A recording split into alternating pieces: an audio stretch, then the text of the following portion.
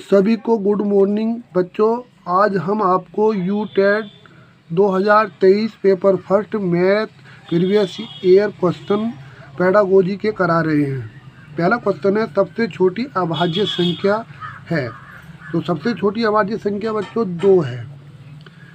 पाई एक क्या है, विषम भिन्न है, एक समान भिन्न है, एक अभाज्य संख्या है या एक अपरिमेय संख्या है। तो ये एक अपरिमेय संख्या है। पाई किसका कथन है कि शिक्षक शिक्षण उपकरणों के माध्यम से शिक्षण को स्थायी और रोचक बना देते हैं। तो ये जो कथन है ये है मेकन एंड रॉबर्ट्स का। किसी विद्यार्थी में निम्न में से क्या आंकना चाहिए। तो हमें आंकना चाहिए अवधारणाएं न समझने पर भी प्रश्न न पूछने की प्रवृत्ति। ठीक है।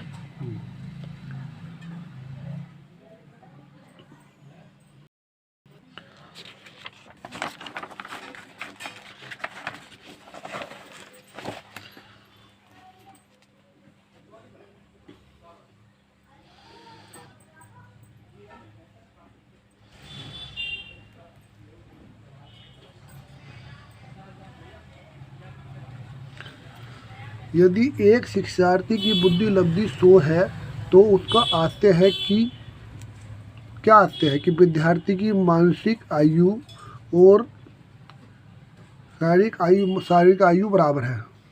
ठीक है।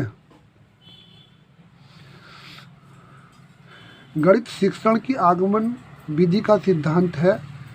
तो क्या सिद्धांत, अज्ञात से ज्ञात की ओर, अज्ञात से ज्ञात की ओर या सामान्य से विशिष्ट की ओर। तो सामान्य से विशिष्ट की ओर है बच्चों। सबसे छोटी अभाज्य संख्या 2 है। किसी पूर्णांक का वर्ग करने पर इकाई के स्थान पर कौन सी संख्या नहीं आ सकती। तो इकाई की संख्या 2 नहीं आ सकती। किसी लीप ईयर वर्ष का पहला दिन मंगलवार हो तो उस वर्ष का अंतिम दिन क्या होगा, उससे ज़्यादा होगा बुधवार।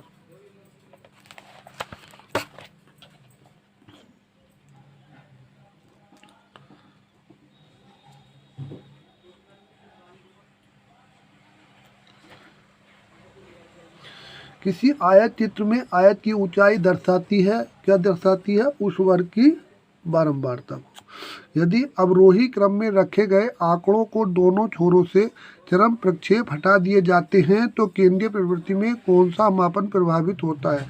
तो बहुलक और माध्य होता है। निम्न में से वर्तमान में गणित शिक्षण की एक प्रमुख समस्या है। तो वो समस्या है गणित शिक्षण के शिक्षण विधियाँ, गणित उपकरणों का उपयोग क्षमता, कक्षा संचालन की योग्यता, शिक्षण विधियों का ज्ञान। तो गणित शिक्षक की शिक्षण विधियाँ हो सकता है। ठीक है। गणित के समावेशी कक्ष में दृष्टिबाधित विद्यार्थियों की आवश्यकताओं को संबोधित करने में आपकी क्या नीति होगी, ये सवाल है। तो उसके लिए विद्यार्थियों को विशेष शिक्षण के बाद भेजना चाहिए, गलत। उनके लिए वैकल्पिक अध्ययन, अधिगम और आकलन पद्धति की परिकल्पना करेंगे, ये सही है। ठीक है। एक ऋणात्मक परिवेश संख्या का गुणज प्रतिलोम होता है। तो गुणज प्रतिलोम एक ऋणात्मक का क्या होता है भैया, एक ऋणात्मक ही होगा। ठीक है।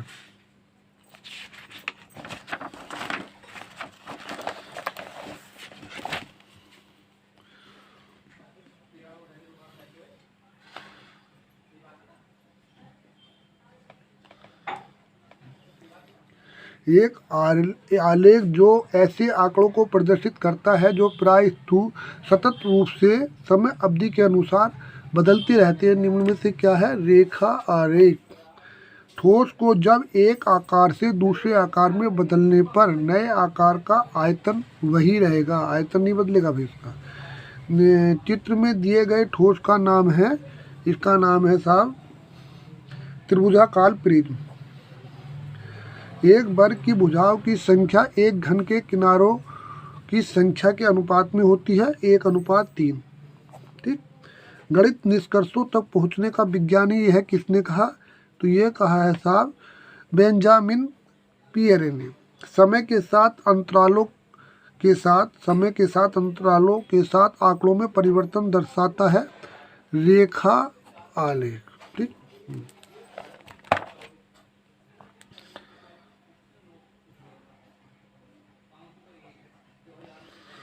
गणितीय कौशलों का विकास संबंधित में से किस विधि द्वारा सबसे उपयुक्त है?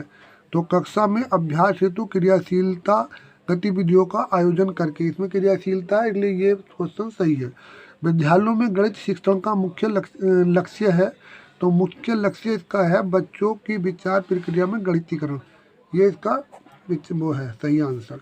प्राकृतिक संसाधनों में निम्नलिखित में से कौन सा गुण नहीं होता? तो प्राकृतिक संख्याओं में निम्नलिखित में से कौन सा गुण नहीं होता है? तो इसमें योगात्मक तत्सम 0 नहीं होता है। ठीक है।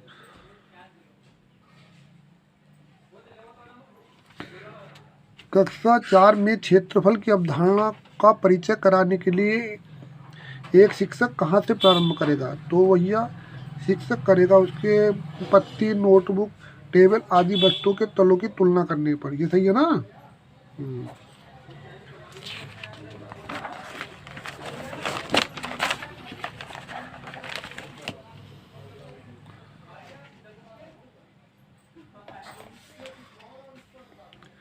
कक्षा 4 के छात्रों को यह स्पष्ट करने के लिए कि क्षेत्रफल सदैव भाजक से कम होता है के लिए उपयुक्त विधि निम्नलिखित दिए गए विकल्पों में से चुनिए। तो क्या होगा इसमें? कैंची, कंचों, गेंदों, पेंसिलों आदि वस्तुओं को भाजक के अनुसार समूहीकृत करके स्पष्ट करेंगे। सबसे उपयुक्त रणनीति जिसका उपयोग कर धनराशि के योग को कुशलता से आत्मसात करने के लिए किया जाता है, तो वह भूमिका निर्वाह।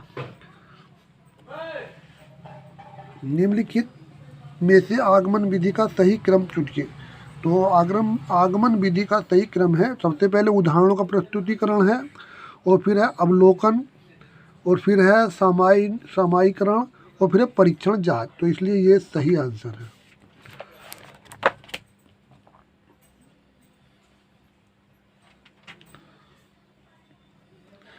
किसी प्रमेय की परिकल्पना को निष्कर्ष से परस्पर बदल देने से प्राप्त कथन कहलाता है प्रमेय का विलोम।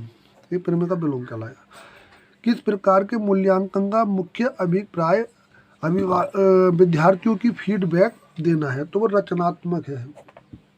क्या फिर गणित के अधिगम के प्रति शिक्षार्थियों की संवेदनशीलता जागृत कराने के लिए क्या करना चाहिए? विषय सामग्री को शिक्षार्थी के अनुभव क्षेत्र से संबंधित करना चाहिए।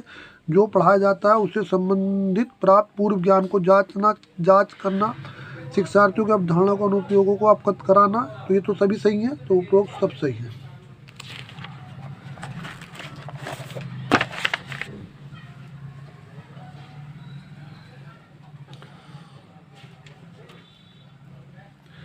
प्रिया गणितीय प्रश्न करने में निपुण है, उसमें किस प्रकार की बहुबुद्धिता अधिकता है? तो तार्किक बुद्धि है बच्चों उसमें।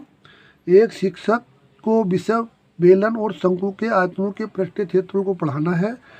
तो शिक्षण का कौशल प्राप्त करने का उद्देश्य क्या? विद्यार्थी एक बेलन वाले। ठीक है बच्चों, ये मैथ में जो पेडागोजी के क्वेश्चन आते हैं फर्स्ट पेपर में, वो हमने आपको बताया। ये 5-7 क्वेश्चन आते हैं जो आपको सहायता करेंगे, और आप इनको देख लेना। और जो दूसरे क्वेश्चन आपके पास हो उनको भी देख लेना, क्योंकि गणित के फर्स्ट पेपर में 5-7 क्वेश्चन पेडागोजी के आते हैं। जिन बच्चों का गणित कमज़ोर है उनके लिए ये बहुत सहायता करेगा। ठीक है बच्चों, आप मेरे चैनल को सब्सक्राइब करें, लाइक करें, शेयर करें। Thank you.